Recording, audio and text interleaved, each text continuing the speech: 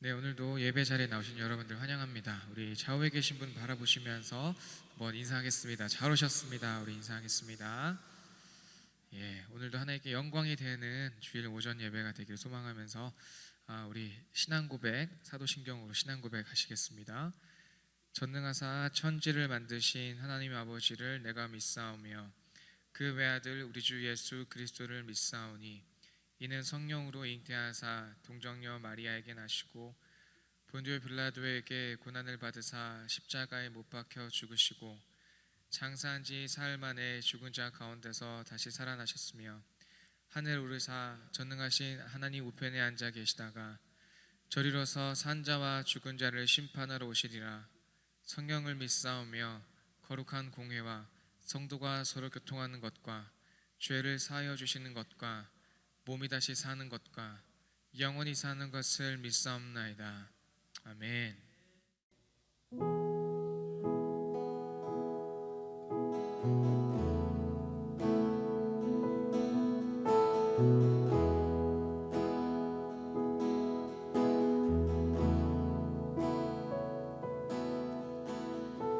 나의 마음은 정금과 같이 정결케 하소서. 나의 마음은 정금과 같이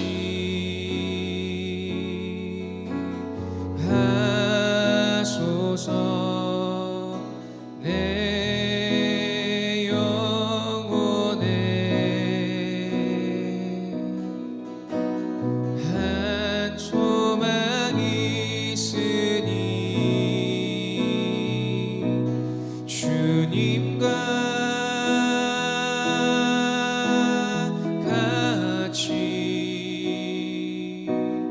거룩하게 하소서. 나의 삶을 드리니 거룩하게 하소서. 오 주님 나를 받으소서.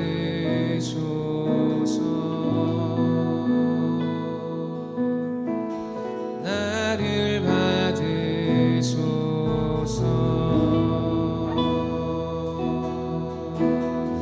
우리 한 번 더 고백하겠습니다. 나의 마음을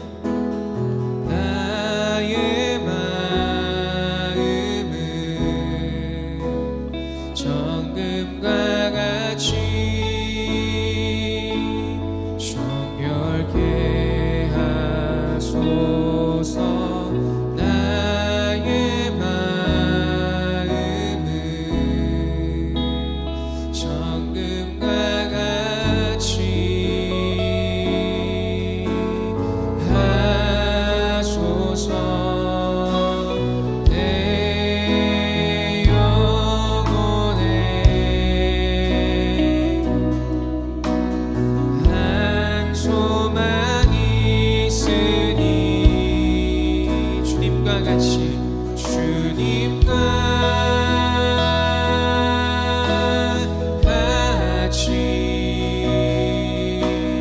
거룩하게 하소서. 나의 삶을 드리니 거룩하게 하소서. 오 주님 나를 받으소서.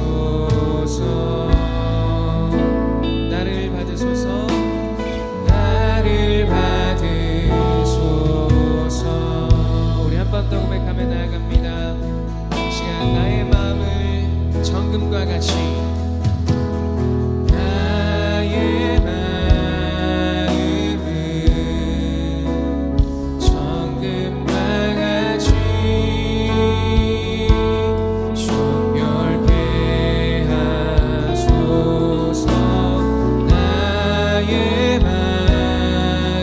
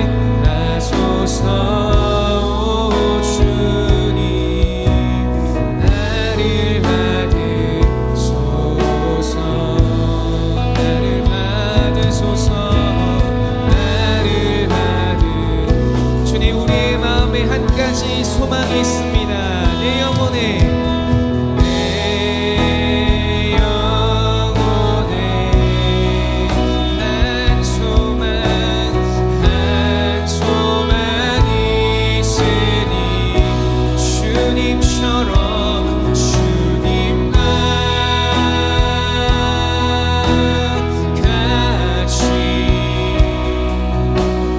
거룩하게 하소서. 나의 삶을 드리니 거룩하게 하소서. 주님 나를 받으소서. 나를 받으소서. 나를 받으소서. 나를 받으소서. 나를 받으소서. 아멘. 우리의 찬양을 기뻐 받으신 하나님께 우리 마음을 담은 감사와 영광의 박수 올려드리겠습니다. 우리 주님을 찬양합니다. 아멘.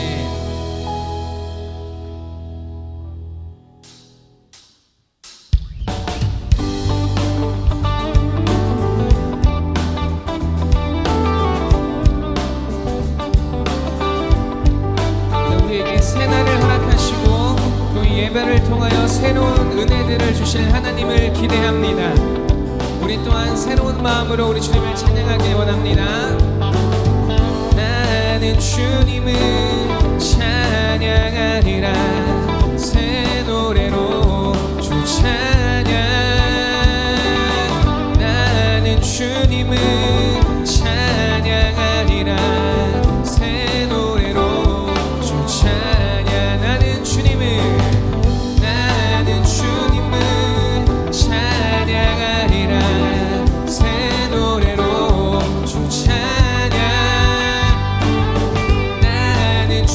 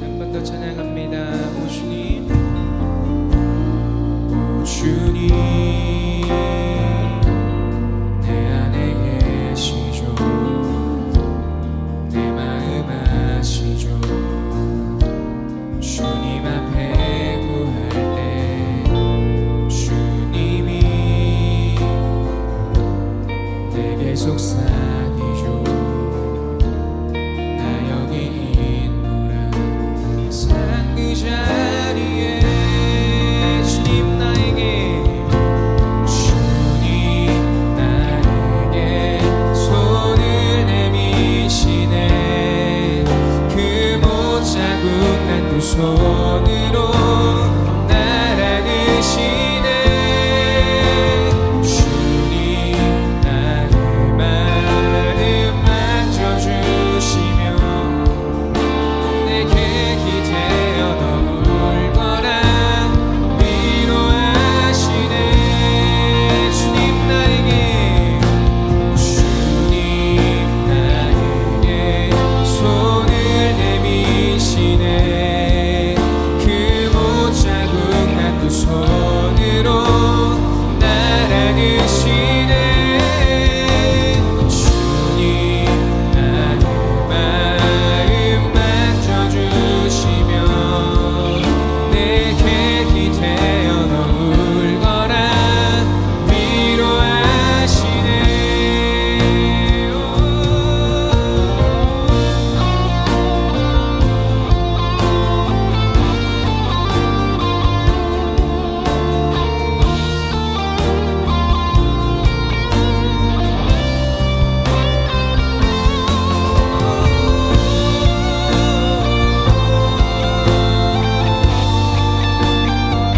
우리가 주님의 품 안에 안기기를 소망합니다. 주님 오늘 우리를 부르시고 계십니다. 우리 시간 한 번 더 주님 앞에 나가며 고백합니다. 주님 나에게 손을 내미시네. 그 못 자국 난 두 손으로 날 안으시네. 주님 나의 마음 만져주시며 내게 기대어 울거라 위로하. 우리 한 번 더 고백하겠습니다. 주님 나에게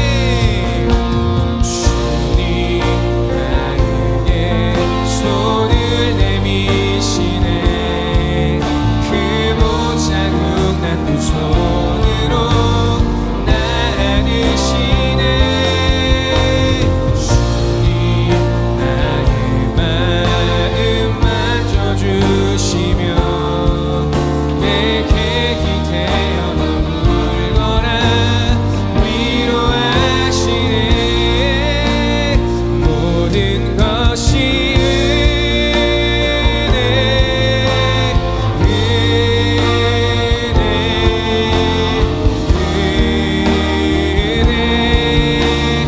한없는 은혜. 내 삶에 당연한 건 하나도 없었던 것을 모든 것이 은혜였소. 모든 것이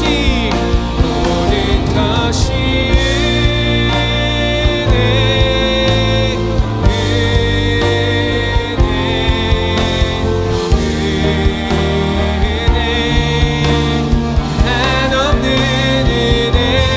내 삶에 당연한 건 하나도 없었던 것을 모든 것이 은혜. 우리 시간 한 번 더 고백합니다. 모든 것이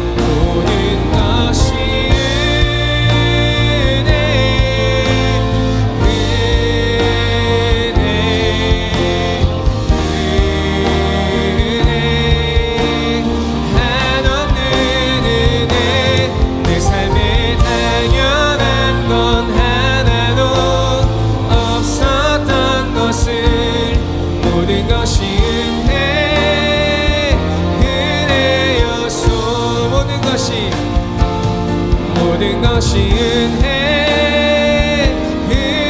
은혜였소. 모든 것이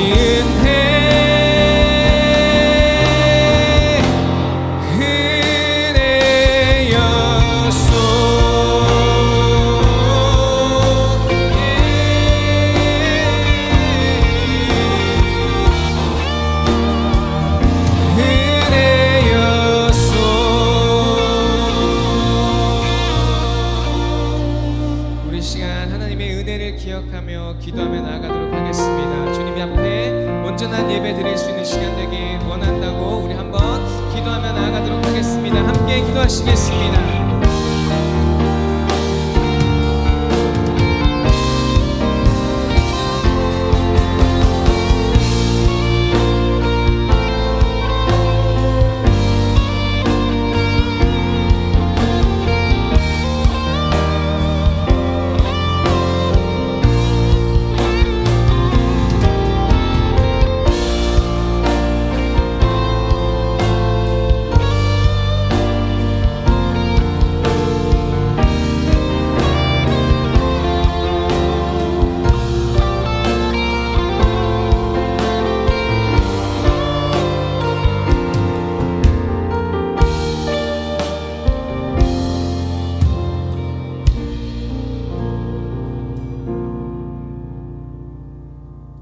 어리석은 자는 그의 마음에 이르기를 하나님이 없다 하는도다. 그들은 부패하고 그 행실이 가증하니 선을 행하는 자가 없도다. 여호와께서 하늘에서 인생을 굽어 살피사 지각이 있어 하나님을 찾는 자가 있는가 보려 하신즉 다 치우쳐 함께 더러운 자가 되고 선을 행하는 자가 없으니 하나도 없도다. 주님, 정말 우리의 교만한 것과 거짓된 것과 윗성과 정말 마음에 하나님 두기를 싫어하며 미련하고 어리석게도 죄악으로 빠져 살았습니다. 주님, 우리의 죄악으로 인하여 나의 어리석고 미련함으로 인하여 오늘 또 가난하고 애통하는 마음으로 주님 앞에 나옵니다. 세상 가운데서 거룩한 삶으로 살기를 소망하며 우리를 부르셨는데 주님의 그 간절한 뜻을 잊어버리고 세상의 것들을 추구하느라 너무나 지치고 피곤하여진 모습으로 오늘 주께 나왔습니다. 주님, 우리를 용서하여 주시옵소서. 주의 말씀으로 새롭게 하여 주시옵소서.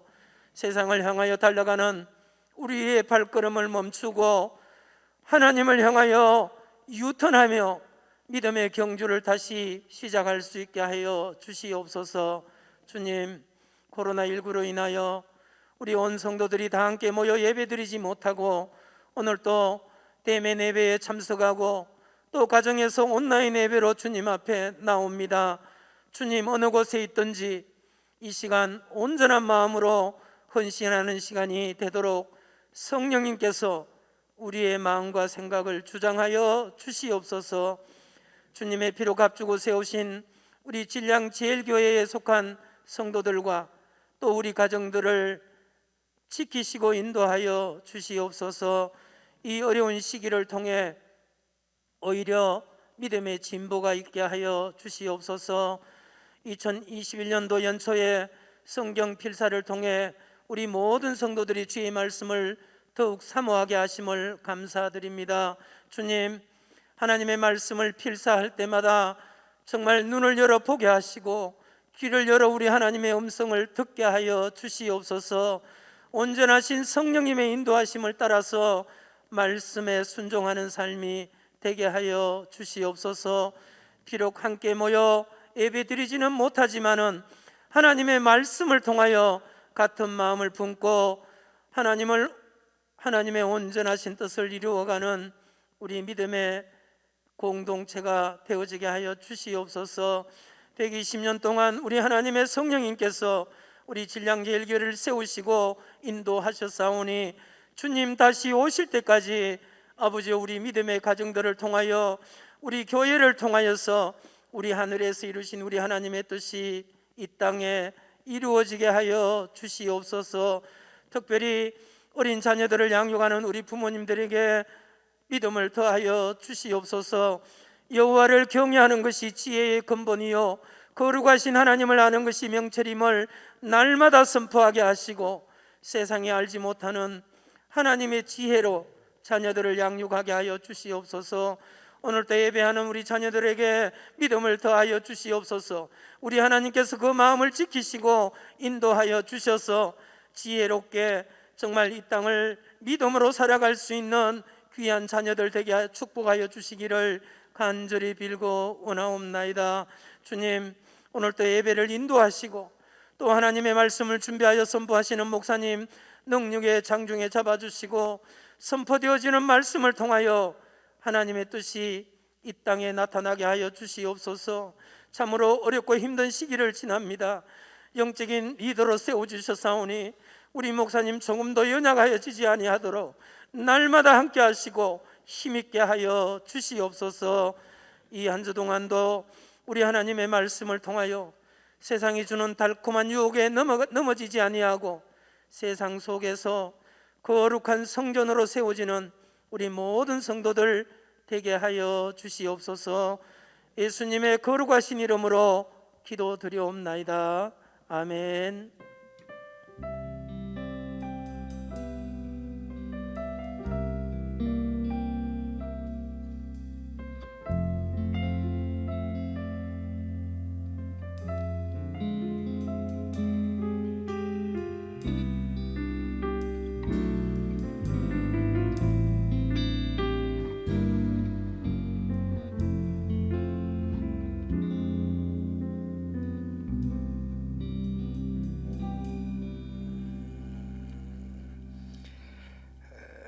교회 소식 전해드립니다. 우리 2부 마치고 당회가 있습니다. 당회 준비해 주시고 큐티 교재 신청하신 분들 우리 찾아가 주시기를 부탁을 드립니다.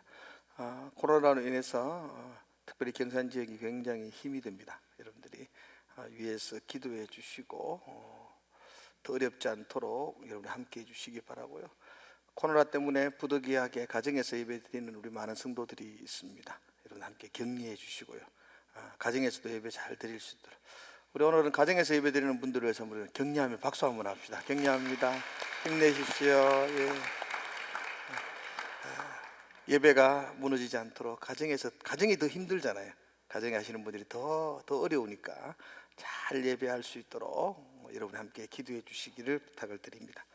찬송가 우리 183장 찬양 들으면서 준비한 예물 드리겠습니다.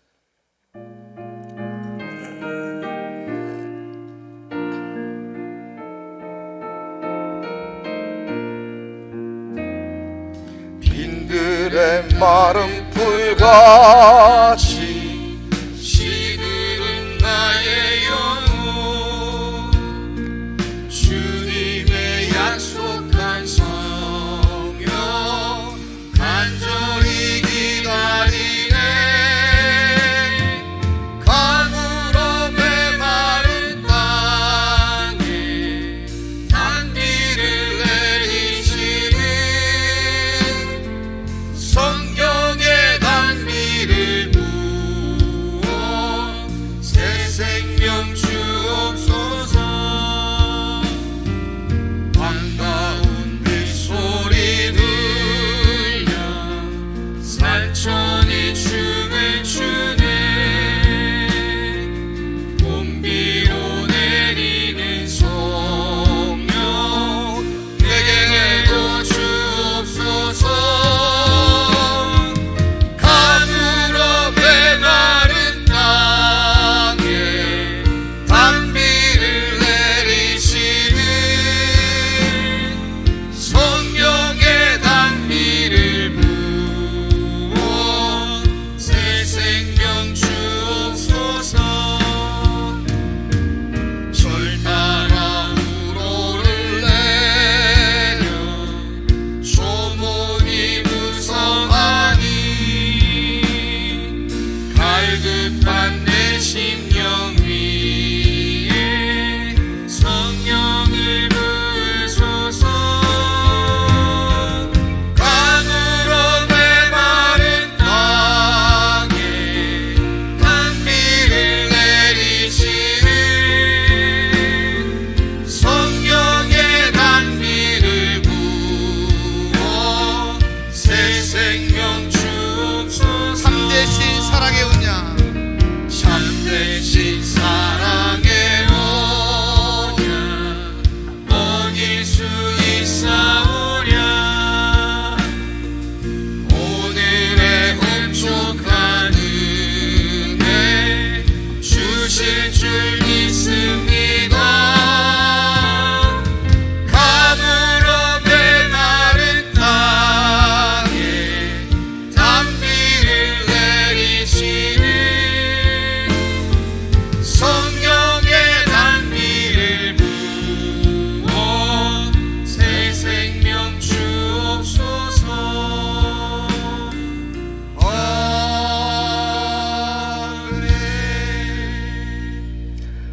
오늘 저에게 등록하신 분이 있습니다. 우리 김민정 선생님, 예, 3주에 계시고요. 지금 미혼이시고 3주 아파트에 계십니다. 우리 청년회에 소속되겠습니다. 박수하겠습니다. 감사합니다. 예, 마치고 저를 만나고 가시면 좋겠습니다. 함께 기도하겠습니다. 하나님, 한 가족이 됩니다. 정말 기쁠 때 같이 웃어줄 수 있는 가족 되게 하시고 힘들고 어려울 때에 함께 손잡고 눈물 흘리며 기도해 줄 수 있는 귀한 가족 되게 하여 주시옵소서. 예수 그리스도를 점점 알아가면서 그분과 더 친밀해지면서 하나님 안에서의 놀라운 풍성함들을 함께 누릴 수 있는 귀한 자매로 하나님께서 붙들어 주시옵소서. 오늘도 주님께 감사하며 구별하여 드리며 하나님 앞에 나옵니다. 손길들 그 가정들 귀한 자녀들 하나님 만져주시고 붙들어 주시고 힘들고 어려운 요즘 시대 속에서 주님으로 말미암아 위로를 받게 하시고 하나님으로 인하여 삶의 의미를 다시 새기는 귀한 우리의 삶이 되게 하여 주시옵소서. 오늘도 성령께서 함께하여 주시옵소서. 예수님 이름으로 기도드리옵나이다. 아멘. 오늘은 출애굽기 12장의 말씀을 봅니다. 우리 함께 볼까요? 출애굽기 12장입니다.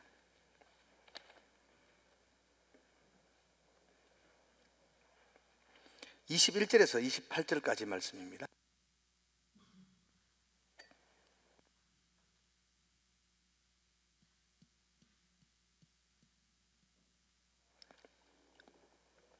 제가 21절을 읽겠습니다.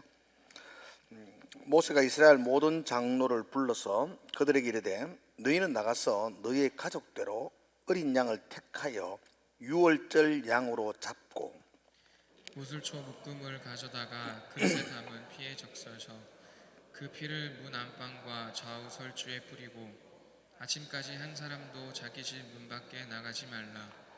여호와께서 애굽 사람들에게 재앙을 내리려고 지나가실 때에 문 인방과 좌우 문설주의 피를 보시면 여호와께서 그 문을 넘으시고 멸하는 자에게 너희 집에 들어가서 너희를 치지 못하게 하실 것임이니라. 너희는 이 일을 규례로 삼아 너희와 너희 자손이 영원히 지킬 것이니 너희는 여호와께서 허락하신 대로 너희에게 주는 땅에 이를 때에 이 예식을 지킬 것이라. 이후에 너희가 자녀가 묻기를 이 예식이 무슨 뜻이냐 하거든 너희는 이르기를 이는 여호와의 유월절 제사라. 여호와께서 애굽 사람에게 재앙을 내리실 때에 애굽에 있는 이스라엘 자손의 집을 넘어사 우리의 집을 구원하셨느니라 하라 하매 백성이 머리를 숙여 경배하니라. 이스라엘 자손이 물러가서 그대로 행하되 여호와께서 모세와 아론에게 명령하신 대로 행하니라. 아멘. 예. 오늘 제가 설교 제목을 넘어사 구원하셨습니다 그렇게 정했습니다. 한번 따라해 봅시다. 넘어사 구원하셨습니다. 27절의 말씀을 중심으로 봅니다. 27절 이렇게 되어 있습니다. 너희는 이르기를 이는 여호와의 유월절 제사라. 여호와께서 애굽 사람에게 재앙을 내리실 때에 애굽에 있는 이스라엘 자손의 집을 넘어사 우리의 집을 구원하셨느니라 하라. 그렇죠? 자녀들이 물으면 이렇게 대답해 주라는 겁니다. 이게 뭐냐 물으면 이건 우리가 애굽에 있을 때에 하나님이 애굽에 죽음의 재앙을 내리실 때에 우리 가정은 하나님이 넘어사 우리 집을 구원해 주셨다. 그걸 기념하기 위해서 이 유월절에 제사를 드린다라고 자녀들에게 가르치라고 말씀하고 있습니다. 구약 성경에는 유명한 3대 절기가 있죠. 유월절, 또 기억나시죠? 오순절, 칠칠절이라기도 하고요. 그죠? 오순절. 또 장막절. 그래서 그거는 수장절. 그리고 또 이 장막절을 초막절 이렇게 이름을 하기도 합니다. 그런데 우리가 1년을 이렇게 지내면서 오순절은 칠칠절, 맥주절로 지키기 때문에 우리가 꼭 1년에 7월달 되면 맥주절로 칠칠절을 이렇게 지켜서 그 의미를 되새기게 됩니다. 초막절도 마찬가지죠. 10월이 되면 우리가 추수감사절을 초막절로 지킵니다. 그래서 초막절에 대해서도 추수감사절 날 한 번씩 이렇게 여러분과 함께 설교를 하게 됩니다. 그런데 오순절은 이 6월절은 마땅히 기념하여 지키는 날이 없어요. 그래서 6월절에 대해서 여러분과 함께 이렇게 말씀을 나누는 기회가 그렇게 많지가 않습니다. 그런데 성경에는 이 세 가지 절기 중에 6월절을 가장 중요시하게 생각하거든요. 심지어 오늘 12장 2절에 보면 이 6월절을 그 해의 첫 달이 되게 하라 이렇게 말합니다. 원래 6월절은 4월 달에 있거든요. 4월 14일이 6월절이 시작되는 날입니다. 6월절입니다. 그런데 성경은 이 4월 달을 첫 달이 되게 하라 1월달로 삼으라는 이야기입니다. 6월달이 너무 중요하니까 이걸 우리의 인생에, 우리의 신앙에 출발을 알리는 첫 달이 되게 하라, 이렇게 명령합니다. 그래서 성경 속에서 몇 월달 할 때 조금 헷갈리는 경우가 있는데, 예를 들면은 우리가 추수감사절을 지키는 그 초막절을 할 때에는 원래 초막절이 10월 달에 있거든요. 태양력 달력으로는 10월 달에 있는데 성경은 꼭 몇 월 달 그러죠? 7째 달 이렇게 표현해요. 그렇게 표현하는 이유는 6월절을 첫 달로 삼아서 계산을 하면 10월 달이 7째 달이기 때문입니다. 이만큼 성경 속에서 하나님은 이 6월절에 의미를 두시고 6월절을 굉장히 중요하게 여기셨다는 것입니다. 이 6월절의 절기의 시작은 모세로부터 시작되어집니다. 우리 지난주에 이어서 모세를 같이 생각해 보는데, 우리가 지난주에 생각했던 거 기억하셔야 됩니다. 하나님이 모세를 부르셨어요. 하나님이 모세를 찾아오셨어요. 여느 때와 마찬가지로 미디안 광야에서 장인 이드로의 양무리를 돌보고 있는 모세에게 하나님이 찾아오셨어요. 얼마나 큰 은혜인지 모르잖아요. 그렇죠? 하나님이 우리 보고 네가 찾아와 이러면 난리가 나죠. 우리가 어떻게 찾아가요, 하나님은? 근데 하나님이 모세를 찾아오셔서 모세를 부르시고 모세에게 하나님이 해야 할 일, 우리는 그걸 사명이라고 말해요. 하나님이 그 미디안 광야에서 떨기나무 불꽃 가운데에서 모세를 찾아가셔서 사명을 주셨습니다. 하나님이 모세에게 주던 사명은 바로에게 가서 내 민족 이스라엘을 구원하여 내라는 사명이었습니다. 굉장히 어려운 이야기였죠. 우리 지난주에 다 이야기했지만 이건 굉장히 힘든 것이었죠. 특별히 바로 왕이 200만이나 되는 그 노예들에게 아무런 대가 없이 자유를 허락해 준다는 것은 있을 수 없는 일이었습니다. 우리가 생각했던 것처럼 바로는 완강했었고, 모세가 아무리 하나님께서 보내셨다고 해도 바로는 꿈쩍도 하지 않습니다. 그래서 하나님이 그 바로와 애굽 땅에 10가지 재앙을 내리셨죠. 우리 자녀들은 집에 가서 부모님에게 물어보세요. 10가지 재앙이 뭐예요? 이렇게. 나일강이 피로 변하고, 또 개구리들이 온 침상을 덮고, 이와 메뚜기, 이런 많은 재앙이 끝나고, 그럼에도 불구하고 바로가 완악함을 굽히지 않습니다. 엄청난 피해를 당했는데도 불구하고 바로가 자기 고집을 꺾지 않습니다. 그래서 마지막 10번째 재앙이 준비되는 것입니다. 자, 10번째 재앙은 무엇이었느냐? 하나님의 재앙의 마지막 10번째 재앙은 11장 5절에 있거든요. 한번 읽어볼까요? 우리 11장 5절. 자, 위에도 뜨거든요. 자, 같이 한번 읽읍시다. 시작. 애굽 땅에 있는 모든 처음 난 것은 왕에 앉아 있는 바로의 장자로부터 뱃돌 뒤에 있는 몸종의 장자와 모든 가축의 처음 난 것까지 죽으리라. 이게 10번째 마지막 재앙입니다. 이 재앙은 그동안의 재앙들도 굉장히 고통스러웠지만 이 10번째 재앙에 비하면 아무것도 아닙니다. 모든 재앙의 클라이맥스와 같은 그 재앙이 바로 10번째 재앙이었습니다. 장자가 죽는다는 겁니다. 왕에서부터 맷돌을 가는 노예의 가정에 이르기까지, 심지어 애굽 땅에 있는 가축의 처음 난 것까지도 죽음을 피할 수 없게 되었다는 겁니다. 여러분, 그 장자가 죽는다는 것은요, 장자는 대표거든요.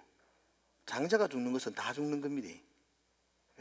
장자가 죽는다는 것은 애굽의 모든 가정이 죽는다는 거고, 애굽의 모든 백성들이 죽었다는 겁니다. 하나님이 순종하지 않는 애굽과 바로왕을 향하여 모두를 죽이는데 그 실례로 장자를 죽이면서 모두를 죽였다는 것을 표하는 것이거든요.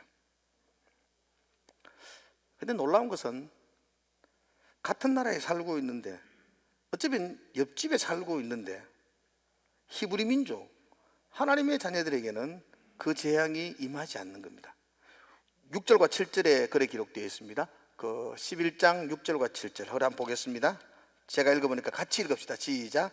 애굽 온 땅에 전무후무한 큰 부르짖음이 있으리라. 그러나 이스라엘 자손에게는 사람에게나 짐승에게나 개 한 마리도 그 혀를 움직이지 아니하리니 여호와께서 애굽 사람과 이스라엘 사이를 구별하는 줄을 너희가 알리라 하셨는. 애굽의 가정에는 전무후무한, 그죠?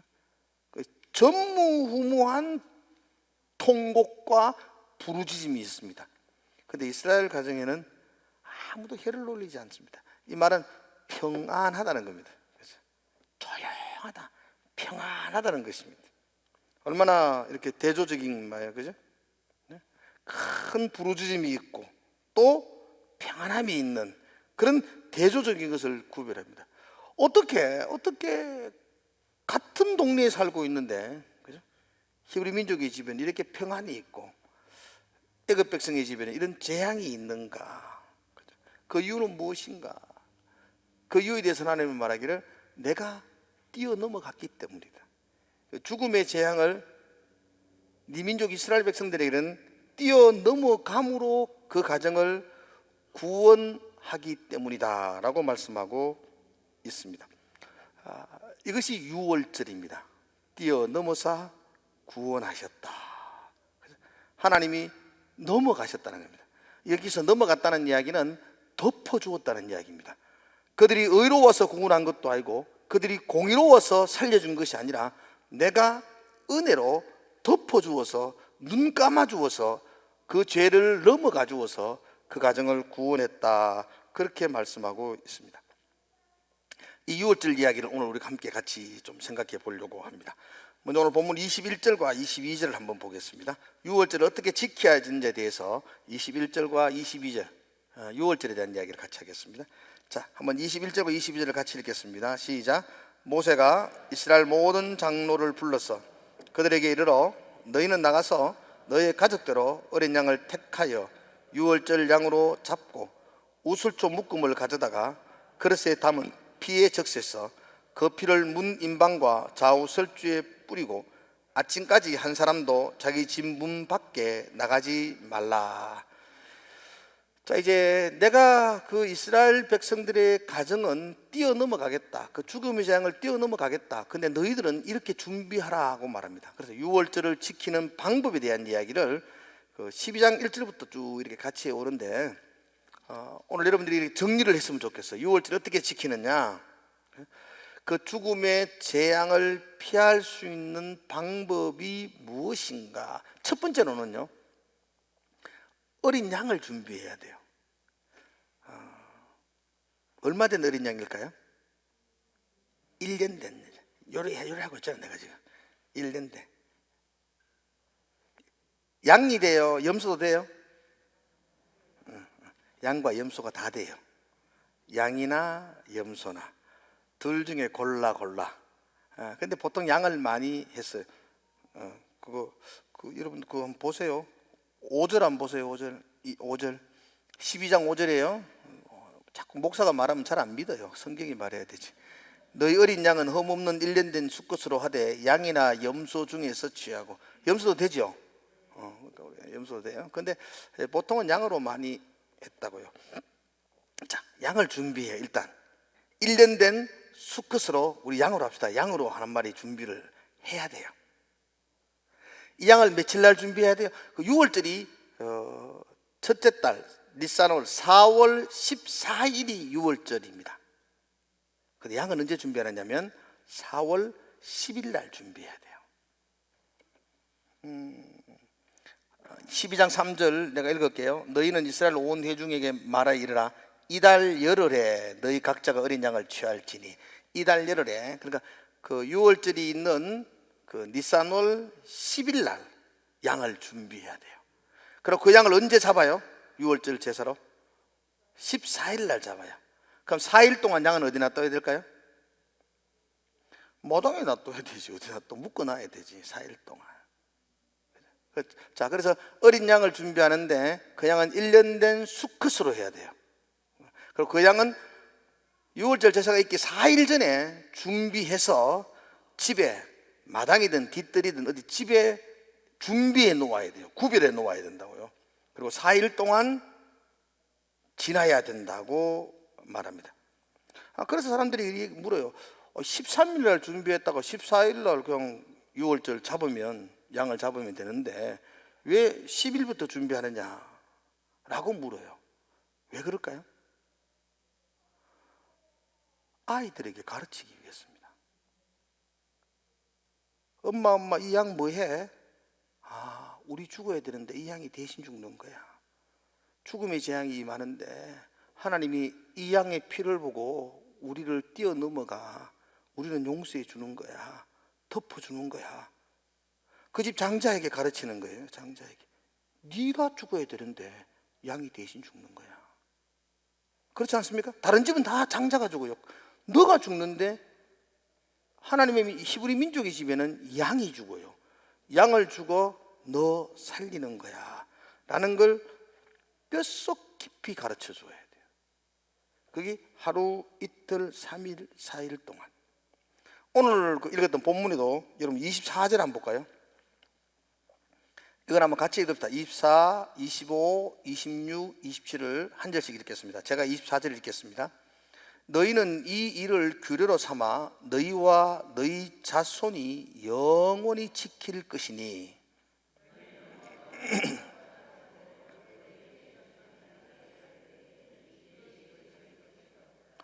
이후에 너희의 자녀가 묻기를 이 예식이 무슨 뜻이냐 하거든 너희는 이르기를 이는 여호와의 유월절 제사라.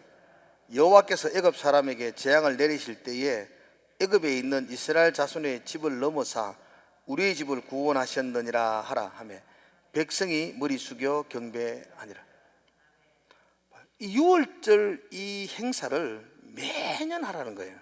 그럼 하나님이 매년 하는 이유에 대해서 뭐 여러 가지 이유가 있겠지만 하나님이 딱 말씀하신 이유가 너희 자녀들이 이거 할 때 물으면 묻도록 해라는 겁니다. 너희 자녀들이 묻도록 해서 물으면 가르쳐 주라는 겁니다. 네가 죽어야 되는데 양이 대신 죽음으로 우리가 구원을 얻었다는 걸 뼛속 깊숙이 가르쳐 주어야 합니다. 지금도 마찬가지입니다. 지금도 우리는 우리 자녀들에게 내가 죽어야 되는데 예수님이 십자가를 지시고 우리를 용서해 주시고 우리를 구원해 주셨다는 사실을 귀에 딱지가 않도록 반복해서 가르쳐야 됩니다. 이게 우리의 부모된 우리의 사명입니다. 코로나 때문에 정말 힘들거든요. 지금도 가정에서 예배 드리는 분들은 정말 힘들어요. 뭐가 힘드냐면 자녀에게 예배를 가르치고 복음을 가르치는 게 힘들어졌다고요. 왜냐하면 부모인 나도 자꾸 이렇게 나태해지거든요. 해이해지거든요. 영상을 통한 예배가 내게도 감격이 멀어지거든요. 나는 멀어지는 거 괜찮아요. 나는 다시 회복되어지면 교회 와서 할렐루야 그러면 뭐 확 살아나겠지만 우리 아이들은 시들어가는 내 모습 때문에, 그래서 무너져가는 부모의 모습 때문에 우리 아이들은 신앙의 참모습을 잃어버리게 된다는 거죠. 여러분, 우리가 예배드리는 것, 우리가 기도하는 것은 우리 자녀들이 보라고 하는 것도 굉장히 중요합니다. 엄마 왜 이렇게 예배드려? 주님이 날 위해 십자가 지시고 나를 구원하셨기 때문에 내가 이렇게 예배하는 거야. 엄마 뭐 왜 그렇게 기도해? 하나님이 나에게 은혜를 주셔서 내가 그 은혜 붙들고 기도하는 거야. 여러분, 부모의 사명은 자녀에게 가르치는 겁니다. 그래서 철저하게 예배도 자녀에게 보여주며 가르쳐 주어야 합니다. 그러기 위해서 그 양을 11일 준비해서 14일까지 자녀들에게 볼 수 있도록 그 집에 메어 두는 것입니다. 그리고는 매년 이 예식을 지키면서 끊임없이 가르쳐야 됩니다. 제가 서두에 이야기하면서 오순절이나 77절이나 맥주절은 우리가 맥주 감사절로 지키고, 또 장막절과 초막절은 추수감사절로 지키는데 6월절은 마땅히 교회에서 지키지 않는다. 그 6월절이 좀 퇴색되어진다라는 말을 드렸습니다. 근데 가만히 보면 6월절도 우리가 해마다 지켜요. 혹시 뭔지 아세요? 그렇죠? 아시죠? 6월절은요, 주님이 새 언약을 우리에게 주신 날이에요. 6월절 최후의 만찬을 통해서 떡과 포도주를 나눠주면서 평생 잊지 말고 지키라 그랬어요. 그게 6월절 행사였어요. 예수님 제자들 불러놓고 6월절 행사를 했는데, 그때에 떡과 포도주를 나누어주면서 이거 기념해라, 이거 기념해라, 잊지 마라, 자녀들에게 가르쳐라 그랬습니다. 그게 무엇이었습니까?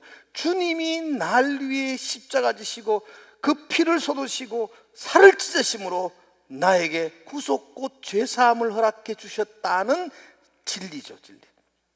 자녀들에게 끊임없이 가르쳐 줘야 됩니다. 하나님의 은혜로 내가 구원함을 받았다. 그 십자가의 은혜로 내가 오늘 하나님의 자녀가 되었다는 사실을 여러분의 자녀들에게 가르쳐야 될 사명이 있다는 겁니다. 그래서 10일 날 준비했다가 14일 날 양을 잡게 됩니다. 두 번째로 이제 양을 잡는 거예요.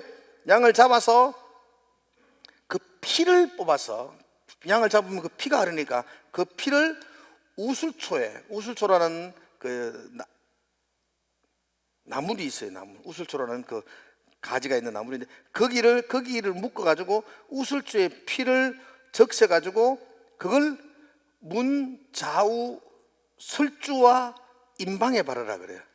그러니까 문 좌우 설주가 뭐냐면 대문의 옆에 있는 기둥이 문설주고요, 임방은 위에 있는 그거예요. 그러니까 대문 좌편과 우편의 위에다가 그 피를 바르라고 말합니다. 그럼 그 피가 표시가 되어서 하나님의 사자가 그 집을 넘어가서 구원한다는 겁니다. 자, 근데 여러분 잠깐만 이거 한번 생각해 볼래요? 피 안 바르면 하나님이 모르나요? 굳이 발라야 되나요? 아니, 하나님이 헷갈려가지고 이 집이 애굽 사람 집인지 이스라엘 사람 집인지 나 헷갈리니까 너희들이 피를 듬뿍 발라가지고 표시를 해라, 그런 말씀인가요? 하나님 그러지 않잖아요. 하나님은 안 헷갈리시는 분이거든요. 그런데 왜 피를 바르라 그러죠?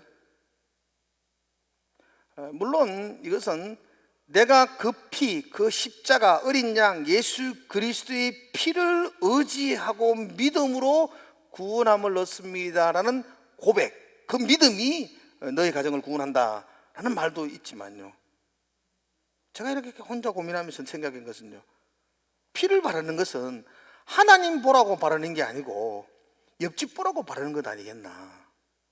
그 피를 안방 장롱 속에 바르는 게 아니고 대문에 바르잖아요. 그래서 옆집이 보는 거예요. 옆집이 저 뭐하지?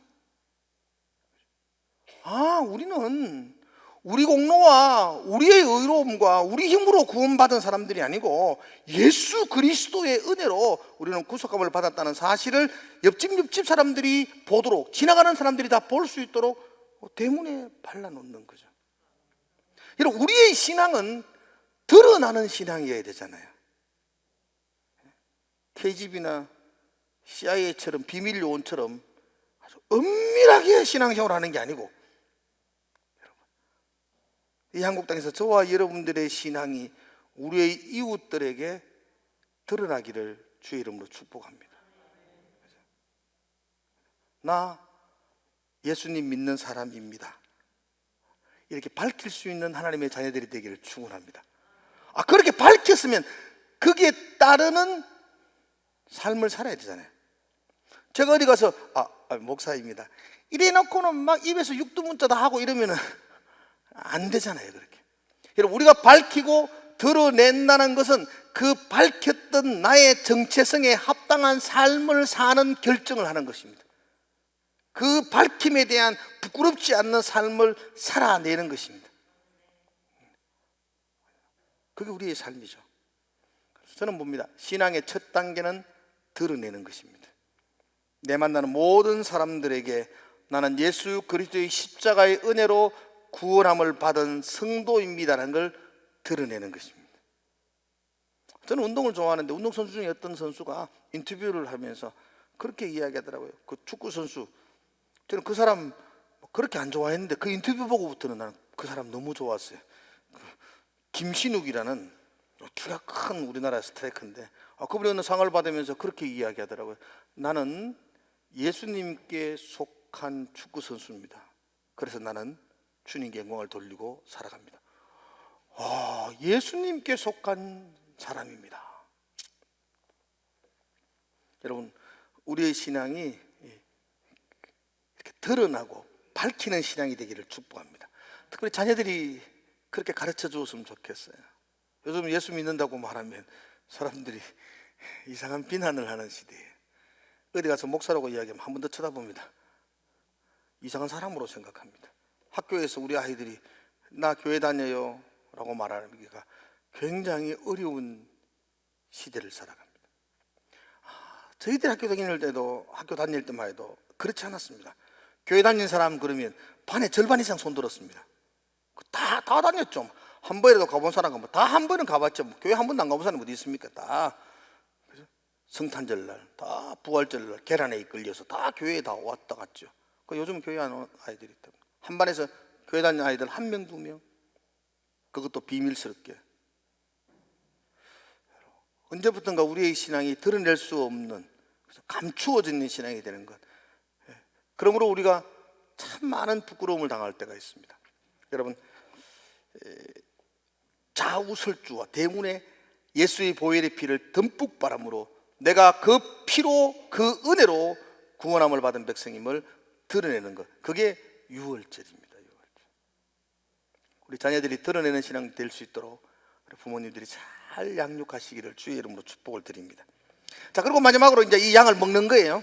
이 양은 그냥 잡아서 불태우는 번제로 드리는 게 아니고 이 양은 잡아서 먹어야 돼요. 먹어요. 근데 먹는 방법이 있어요. 무턱대고 먹는 게 아니고, 원래 1년 된 양은요, 1년 된 수컷 양은 한 10명 정도가 먹으면 한 끼 정도를 먹는데요. 좀 많이 먹는 사람들은 8명 먹으면 되지만 10명. 그래서 양 한 마리를 잡을 때 가족들이 10명 정도 단위로 모여야 돼요. 예를 들면 우리 가족들, 우리 지금 가족들이 5명, 4명, 어떤 집은 부부 둘이만 살고 이러지만 사실 이 시대에는 대가족이들이니까 보통 가족들이 한 집에 10명, 20명 이렇게 살았어요. 그러니까 우리 가족이 20명이라 그러면 양 2마리 준비하는 거예요. 한 마리 해가지고 싸우고 막 그러면 안 돼요. 우리 가족이 대가족이 30명이다 그러면 양을 한 3마리 정도. 그 중에 우리 집에는 어느 큰아들 둘이는 너무 많이 먹는다 그러면 양 한 4마리 정도. 그래서 보통 그래서 가족의 숫자에 따라서 양을 준비하는 겁니다.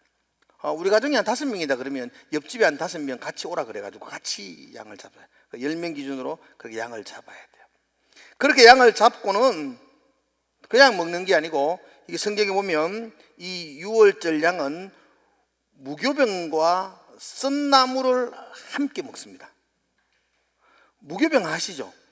무교병은 그 빵을 만드는 다른 첨가제를 넣지 않는 겁니다. 누룩을 넣지 않는 빵입니다. 그런 빵은요, 시간 조금만 지나면 돌하고 구별이 안 됩니다. 빵 가지고 못 박으면 됩니다. 그러니까 그 누룩 없는 떡은 맛없습니다. 양념 안 한 김치찌개와 똑같습니다. 그러니까 이렇게 맛으로 먹는 것 아니라는 겁니다. 썬나물도 굉장히 썬박이 같은 그런 나물들이죠. 사실 양은 그 상추에 된장 이렇게 먹으면 맛있죠. 근데 왜 누룩 없는 떡과 썬나물로 먹으라 그러죠? 이 유월절 양은 회식하는 것 아닙니다. 이게 가족들이 모여 앉아 맛으로 먹는 것 아닙니다. 무교병과 썬나물을 함께 먹는 것은 애굽의 종되었던 나의 삶의 고통스러움과 비참함을 잊지 않고 해마다 그거 먹거든요. 해마다 먹을 때에 해마다 아니 왜 이거 맛없는 무교병과 쓴나물로 먹어요? 그래 우리 믿음의 선배들이 애굽 땅에서 이렇게 힘들고 어렵게 살았어. 그거 잊지 말고 기억하라는 거예요. 이건 즐기고 회식하고 맛으로 먹는 게 아니고 그 애굽에서의 고통당한 삶들을 기억하고 그리고 이었으면 지금 하나님의 은혜로 구원받은 나의 풍요로움과 기쁨으로 감사하고 그 이전의 비참한 삶을 돌아보고 지금 하나님이 주신 은혜에 감사하는 것, 그게 유월절의 행사거든요. 나의 죄악된 어제의 처참함, 죄악 가운데 살아갔던, 하나님을 알지 못하고 살아갔던 그때의 비참한 나의 삶을 돌아보며 가슴치고, 그때 정말로 내가 정말로 왜 그래 살았는지 모르겠어. 가슴치고 지금 주의 은혜로 구원함을 받은 나의 이 기쁨과 감격을 찬송하며 보내는 날이 2월절입니다. 우리 모두에게는 그런 날이 있잖아요. 주님 만나기 이전, 만나고 이후. 이전에는 무교병과 선나무를 함께 하던 그런 아픔의 삶이었다면 이후는 하나님의 은혜와 기쁨으로 살아가는 풍요로운 감격의 삶. 이게 저와 여러분의 삶이 되기를 축복합니다. 근데 혹시 교회 안에서 내가 한 번씩 만나거든요. 어떤 사람들. 그래서 그 사람도 이렇게 저한테 말하기를 그래. 내가 예수 믿기 전에는 내가 끝내주게 살았습니다. 내가 잘 나갔습니다. 그런 말 들으면 굉장히 헷갈려요. 예수 믿고 쫄딱 망했다는 거잖아요, 지금. 애굽의 종되었던 죄악된 삶을 살아갈 때 그때가 잘 됐었고 예수 믿고 나서 지금은 개틀이 되었다. 이게 신앙 아닙니다. 그때의 비참함과 그때의 초라함과 그때의 스글픔, 그 무교병과 쓴나물을 먹으면서 철저하게 돌아보고 지금 하나님의 은혜 가운데 누리고 있는 이 풍요로움과 평화로움에 대한 풍성한 감사가 있는 것, 이게 구원받은 성도들의 고백이고 삶인 줄로 믿습니다. 여러분 그렇죠? 행복하시죠? 그죠? 코로나가 우리를 많이 힘들게 하지만 그래도 우리는 행복합니다. 왜냐하면 예수의 어린 양의 피로 구속함을 받았기 때문입니다. 자녀들이 속을 막 썩여가지고 막 가슴이 아플 때가 있죠. 그래도 행복합니다. 왜냐하면 주 예수의 어린 양의 피가 나를 새롭게 했기 때문입니다. 사업이 잘 안 돼가지고 걱정거리가 너무 많고 밤에 잠이 오지 않을 때가 있지만 그래도 우리는 행복합니다. 예수님의 은혜가 우리에게 있기 때문입니다. 건강을 잃어버려가지고 많이 염려되는 점도 있지만 그래도 저와 여러분은 행복합니다. 예수의 피로 구속함을 받았기 때문입니다. 그게 우리의 유월절입니다. 유월절. 넘어서 구원하셨습니다. 그래서 나는 기쁩니다. 행복합니다. 이 고백이 여러분과 저에게 잊혀지지 않기를 주의 이름으로 축복합니다. 마지막으로 하나만 더 할게요. 이 유월절 양을 먹는 두 번째 방법은요, 첫 번째로는 무교병과 성나물을 함께 먹자겠죠. 또 두 번째 방법은 급히 먹으라 그래요. 급하게.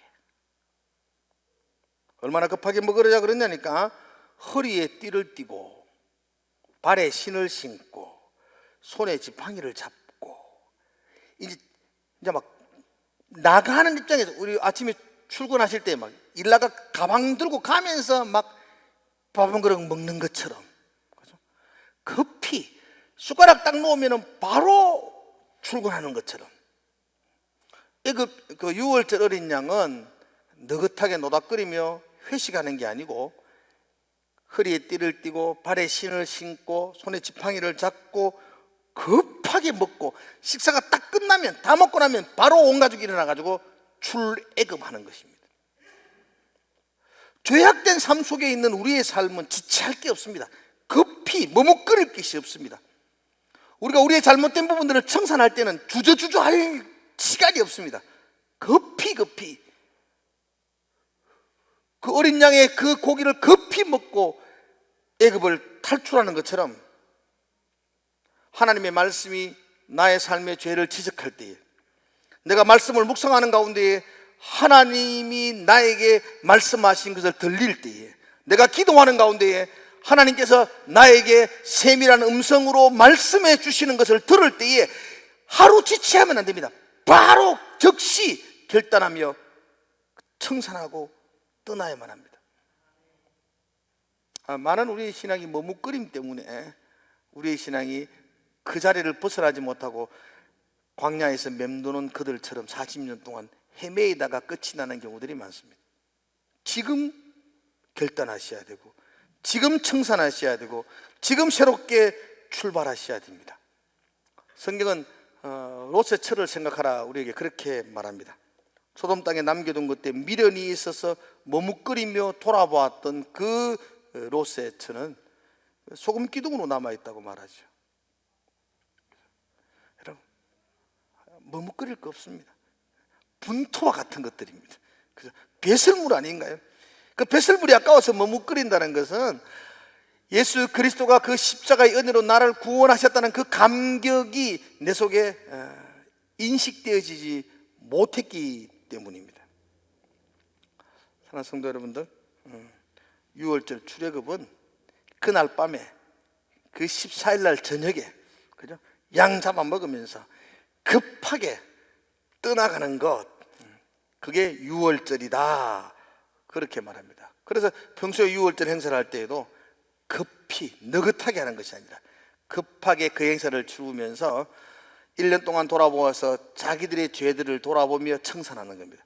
그래서 6월절이 지나고 14일이 되고 15일 날 다음 날부터는 무슨 절기가 있는지 아시죠? 그때가 무교절의 절기입니다. 우리 집에 있는 모든 누룩 같은 제약들을 딱 끄잡아내어서 깨끗하게 청산하고, 그죠? 나의 죄된 잘못된 습관들, 잘못된 방식들을 딱 끄잡아내서 청산하고 그 일주일 동안 거룩과 정결로 새 출발하는 거, 그게 6월절의 절기입니다. 자, 오늘 우리가 함께 6월절에 대한 이야기를 함께 나누었습니다. 6월절은 예수 그리스도의 은혜로 애굽의 모든 장자가 죽습니다. 이것은 모든 인류가 죽는 것 같습니다. 죄로 말미암아 우리 모두가 죽는 것입니다. 그런데 하나님께서 우리를 넘어서 구원해 주셨습니다. 어린 양의 피를 보시고 우리의 어려움과 우리의 거룩함을 보고 우리를 구원한 것이 아니라 우리 공로 없는데 그 어린 양의 피, 예수 그리스도의 십자가의 은혜로 우리를 구원해 주셨습니다. 그래서 자녀들에게 이 사실을 뼈에 새묻히도록 가르치라고 그렇게 6월절을 말씀하고 있습니다. 그리고 내가 하나님의 은혜로 구원함을 받다는 것을 드러내며 밝히는 삶을 살아라고 말씀하고 있습니다. 무교병과 청나무를 함께 먹으면서 죄악 가운데 있는 삶이 그리워서 기회만 되면 돌아가고 싶어 한다는 그 마음이 아니고, 그 비참함과 그 처절함을 가슴 깊이 새기고 지금의 구원받은 나의 은혜에 감사하며 살아가라고 말씀하고 있습니다. 그렇죠? 하나님의 말씀과 우리가 기도를 통해서 주님께서 내게 말씀하시는 도전과 자극이 있다면 지체하지 말고 급히 허리에 띠를 띠고 발에 신을 신는 심정으로 청산하고 새롭게 출발하라고 말씀하고 있습니다. 오늘 이 아침에 여러분과 제가 우리 자녀들에게 또 가르치고 또 우리가 기도하는 제목을 삼았으면 좋겠습니다. 하나님, 나에게 말씀해 주십시오. 내가 오늘 그 말씀에 순종하고 새롭게 출발하겠습니다. 하나님이 깨닫게 해 주십시오. 그럼 내가 돌이키고 청산하고 새 출발의 삶을 살아가겠습니다. 이게 6월절의 근본적인 마음일 겁니다. 그런 기도가 저와 여러분들에게 일어나기를 주의 이름으로 축복을 드립니다. 기도하겠습니다. 하나님 아버지, 주의 뜻과 잔 앞에 서 있는 심정으로 우리가 매일매일 죄악 가운데 있었던 나의 삶의 비참함과 예수의 십자가의 피로 구속고 제사함을 받았던 내 삶의 지금의 풍성함을 내가 잊지 않고 기억하며 그 피와 그 몸에 동참하며 내가 살아갈 수 있도록 하나님 인도하여 주시옵소서. 주님이 말씀하실 때 머뭇거리지 않게 하시고 또 오늘의 일을 내일로 미루지 않게 하시며 결단하며 하나님께 나아갈 수 있는 우리의 삶이 되게 하여 주시옵소서. 특별히 이 놀라운 은혜와 감격을 나의 다음 세대인 내 자녀들에게 끊임없이 가르칠 수 있는 그 사명을 붙들고 살아갈 수 있는 우리의 부모들 되게 하여 주시옵소서. 예수님 이름으로 기도드리옵나이다. 아멘. 우리 다 함께 하셔서 찬송과 예배를 마칩시다. 우리 손뼉치면서 할까요? 고백하면서 결단하면서 생각합시다. 내가 예수 믿고서 죄사함 받아 나의 모든 것 다 변했네. 지금 내가 가는 길 천국 길이요 주의 피로 내 죄가 씻겨 나의 모든 것 변하고 아멘. 그 피로 구속받았네. 하나님은 나의 구원 되시오니 내게 정죄함 없겠네. 주님 밝은 빛에서 주님 밝은 빛에서 어둠에 치고 나의 모든 것 다 변했네. 지금 내가 주 앞에 온전케 되는 주의 공로를 의지함일세. 나의 모든 것 나의 모든 것 변하고 그 피로 구속받았네.